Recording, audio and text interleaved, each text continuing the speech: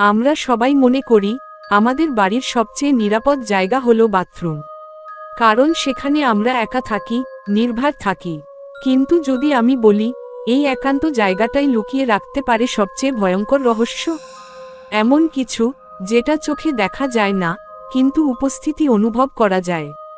অনেক সময় গভীর রাতে বাথরুমে ঢুকে হঠাৎ মনে হয় কেউ যেন দেখছে। আয়নায় তাকিয়ে অস্বস্তি লাগে, দরজা বন্ধ হলে নিঃশ্বাস ভারী হয়ে আসে। আজ আমি আপনাদের এমনই এক ভয়ঙ্কর ঘটনার কথা বলবো, যেখানে বাথরুম আর নিরাপদ থাকে না, আর আয়না শুধু প্রতিচ্ছবি দেখায় না।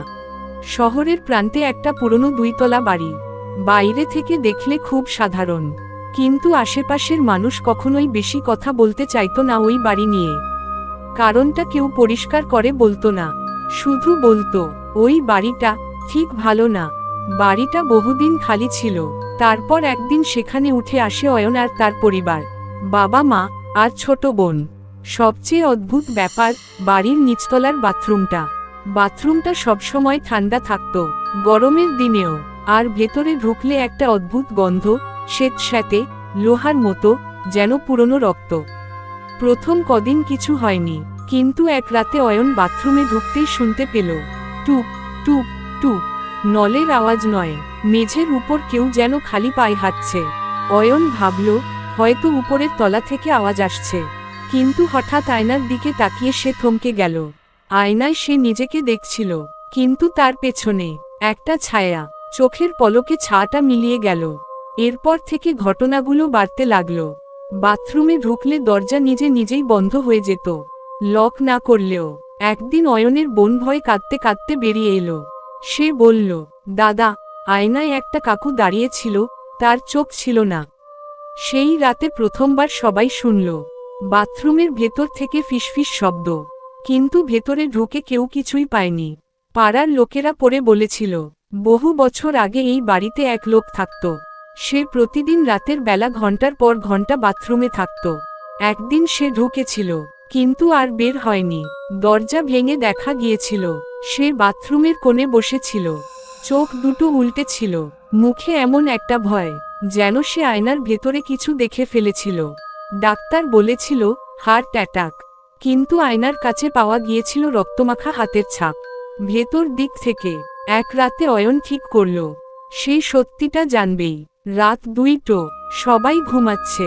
সে একা বাথরুমে ঢুকল, আয়নার সামনে দাঁড়িয়ে বলল, তুমি কে? আলোটা ঝিলমিল করে নিভে গেল। আয়নায় তখন আর অয়নের মুখ নেই। ওখানে দাঁড়িয়ে আছে এক ভেজা, পচে যাওয়া মুখ। মুখটা হাসছে আর ফিসফিস করে বলছে, এখান থেকে কেউ যায় না। হঠাৎ অয়ন অনুভব করল তার পেছনে কেউ নিঃশ্বাস নিচ্ছে। সেই রাতেই চিৎকারে ভেঙে গিয়েছিল বাড়ি। বাথরুমের দরজা ভেতর থেকে বন্ধ। অয়ন ভেতরে, দরজা ভাঙা হলো। দেখা গেল অয়ন বাথরুমের কোণে বসে আছে, চোখ উল্টানো, আয়নার দিকে তাকিয়ে। আয়নার কাছে লেখা, আমি এখন একা নই। পরদিনই পরিবারটা বাড়ি ছেড়ে চলে যায়। বাড়িটা আজও আছে, কিন্তু কেউ থাকে না। রাতে গেলে নাকি এখনো শোনা যায় জলের ফোঁটার শব্দ, আয়নার সামনে কারো দাঁড়িয়ে থাকার ছায়া। আর কখনো কখনো বাথরুমের ভেতর থেকে ভেসে আসে একটা কথা, দরজা বন্ধ করো, আয়নায় তাকাও। বাড়িটা ফাঁকা পড়ে ছিল প্রায় 6 মাস। চারপাশে আগাছা, ভাঙা জানালা, মরচে ধরা গেট।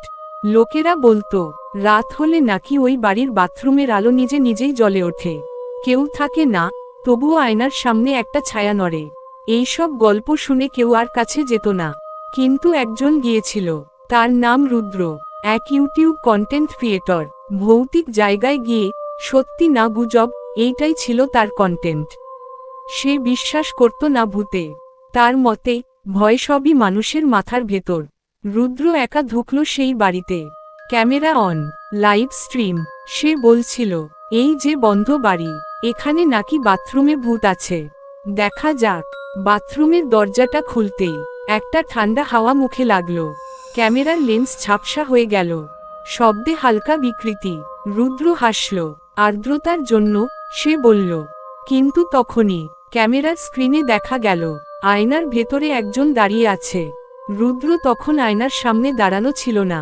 লাইভে যারা দেখছিল তারা প্রথমে ভেবেছিল এডিট, কিন্তু রুদ্র তখন চেঁচিয়ে উঠল, এইটা কি? আয়নায় থাকা লোকটা ধীরে ধীরে হাত তুলল। হাতটা আয়নার ভেতর থেকেই বেরিয়ে আসতে চাইল। চারপাশের আলো নিভে গেল, শুধু বাথরুমের আয়নাটা হালকা জ্বলছিল। আর তখন শোনা গেল একই সঙ্গে বহু কণ্ঠে বলা একটা কথা, এতদিন পরে কেউ আয়নায় তাকালো। লাইটটা হঠাৎ বন্ধ হয়ে যায়। পরদিন পুলিশ আসে। বাথরুমের দরজা ভেতর থেকে বন্ধ। ভাঙতে প্রায় 1 ঘন্টা লাগে।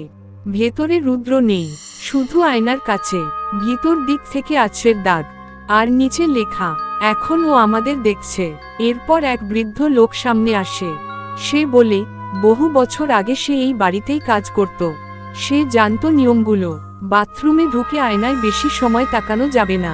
রাত 3টে থেকে 4টের মধ্যে দরজা বন্ধ করা যাবে না। আয়নায় যদি কাউকে দেখা যায়, প্রশ্ন করা যাবে না। কারণ এই আয়না একটা দরজা, আর ওপারে যারা থাকে তারা একা থাকতে পারে না। আজও ওই বাড়ির বাথরুমে গেলে আয়নায় প্রথমে আপনি নিজেকেই দেখবেন, কিন্তু চোখ সরালেই দেখবেন আপনার পেছনে কেউ দাঁড়িয়ে আছে। সে আপনার মতো দেখতে, কিন্তু সে আপনি নন। আর একবার যদি সে হাসে, তাহলে বুঝবেন আপনি আর আয়নার এই পাশে নেই। রুদ্রের ঘটনার পর প্রশাসন সিদ্ধান্ত নেয় বাড়িটা সিল করে দেওয়া হবে। কিন্তু তার আগেই একটা কাজ করা হয়, বাথরুমের আয়নাটা খুলে ফেলা হয়। 4 জন লোক মিলে আয়নাটা দেয়াল থেকে নামাতে যায়। কিন্তু স্ক্রু খুলতেই আয়নাটা হালকা কেঁপে ওঠে। আর ঠিক তখনই একজন বলে ওঠে, এইটা কি? ভেতর থেকে কেউ ঠকঠক করছে। আয়নার পেছনের দিক থেকে আয়নাটা নামানোর পর দেয়ালের ভেতরটা দেখা যায়। সিমেন্টের দেয়ালে একটা পুরনো দরজার মতো ছাপ। আর তার ভেতর থেকে খুব আস্তে আস্তে শোনা যাচ্ছিল নখ দিয়ে আঁচড়ানোর শব্দ, যেন কেউ ভেতর থেকে বেরোতে চাইছে। একজন শ্রমিক তখন হঠাৎ বলে ওঠে, দাদা, ওখানে তো একটা চোখ। সত্যি, দেয়ালের ফাঁক দিয়ে একটা চোখ তাকিয়েছিল। চোখটা মানুষের মতো, কিন্তু পলক পড়ছিল না। বাড়িটা সিল হয়ে যায়। আয়নাটা রাখা হয় একটি স্টোররুমে। কিন্তু অদ্ভুত ব্যাপার হলো, আয়না না থাকলেও বাথরুমে ঢুকলে মানুষ আজও বলে তারা কাউকে দেখতে পায়। কখনো জলের কলের ধাতব গায়ে, কখনো টাইলসের চকচকে মেঝেতে প্রতিফলনে। কারণ ওদের জন্য আয়না দরকার নেই, ওদের দরকার শুধু দেখা হওয়ার সুযোগ। বছর 2 পরে একটা পরিবার ভুল করে ওই বাড়িতে ঢুকে পড়ে। তাদের ছোট মেয়ে মেঘা, সে বাথরুমে ঢোকে। ভেতরে আয়না নেই, তবু সে হঠাৎ থমকে যায়। বেরিয়ে এসে সে মাকে বলে, মা, বাথরুমে একটা কাকু আছে। সে বলছে, আমি যেন ওকে দেখি। মা ভয়